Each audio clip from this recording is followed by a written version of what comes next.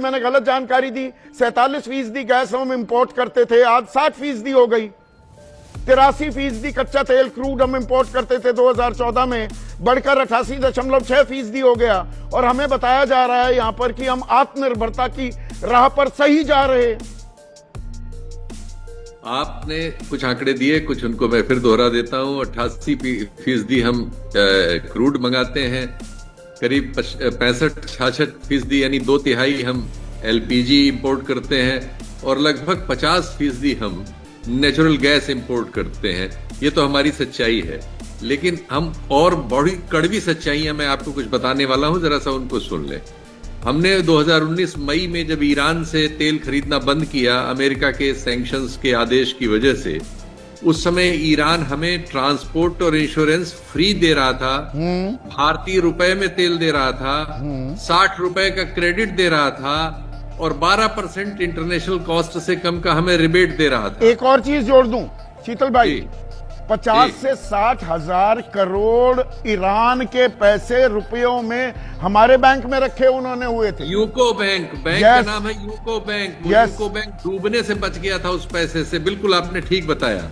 अब हम क्या कर रहे हैं 2025 में, सुनिए, हम करीब 8% हमने अमेरिका से खरीदना शुरू किया क्रूड, जिसमें हम पर टन जो है करीब 8 गुना ज्यादा वो ट्रांसपोर्ट और इंश्योरेंस की कॉस्ट दे रहा है। 8 टाइम्स एलएनजी हमने रिकॉर्ड खरीदी है इस 25 में अमेरिका से, और इस रिकॉर्ड पर इकोनॉमिक टाइम्स की रिपोर्ट है कि हमारी जो कॉस्ट है 0.33 पर MMBTU कॉस्ट लगती है ट्रांसपोर्ट की, अगर गल्फ से आती है, और जो अमेरिका से आ रही है वो $2.6 पर MMBTU। मैं इसे और आसान कर देता हूं शीतल भाई आपकी इजाजत से।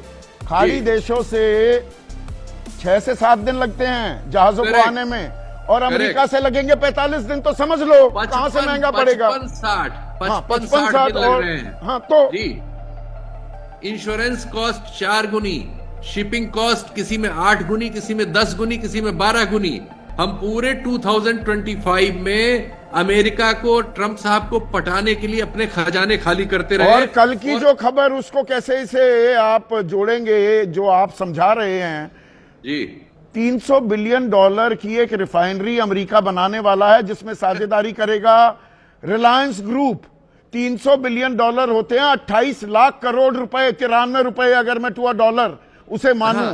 28 लाख करोड़ रुपए का निवेश होगा। तो मतलब आने वाले दिनों में सारा तेल हम अमेरिका से ही खींचने वाले हैं। नहीं, ये बहुत ही फर्जी बात है। अनफॉर्चुनेटली यहाँ वहां दोनों, एक रिफाइनरी दुनिया में भी कोई ऐसी नहीं बनी जो $20 बिलियन से भी ज्यादा की हो।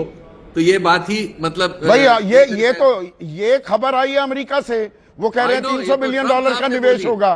$300 बिलियन तो 28 लाख होते हैं। मेरा तो दिमाग सन्न कर गया था।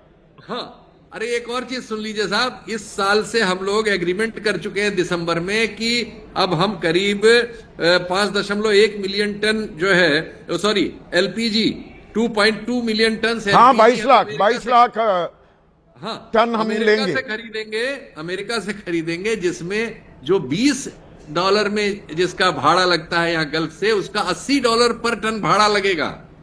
आप हम कर क्या रहे हैं भाई? नहीं, मुझे एक चीज बताइए, जो मैंने कहा ये ख्याली पुलाव पका दिया, बहुत इम्प्रैक्टिकल बात मैं कह रहा हूं। हम ईरान से तेल क्यों नहीं खरीदते? ईरान तो देगा ना, चीन को जाने दे रहा है ना। हम अभी लॉन्ग टर्म कॉन्ट्रैक्ट करते हैं और ठेंगा दिखा देंगे अमेरिका को, हमारी मर्जी हम जिससे ले।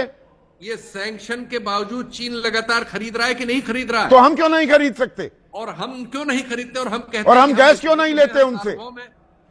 और हमने रूस से रिश्ता बिगाड़ लिया, हमने ईरान से रिश्ता बिगाड़ लिया, और जिससे रिश्ता बनाया उसको हम अपना खजाना लुटा रहे हैं। ये क्यों कर रहे हैं? हमारी क्या नसदबी हुई है?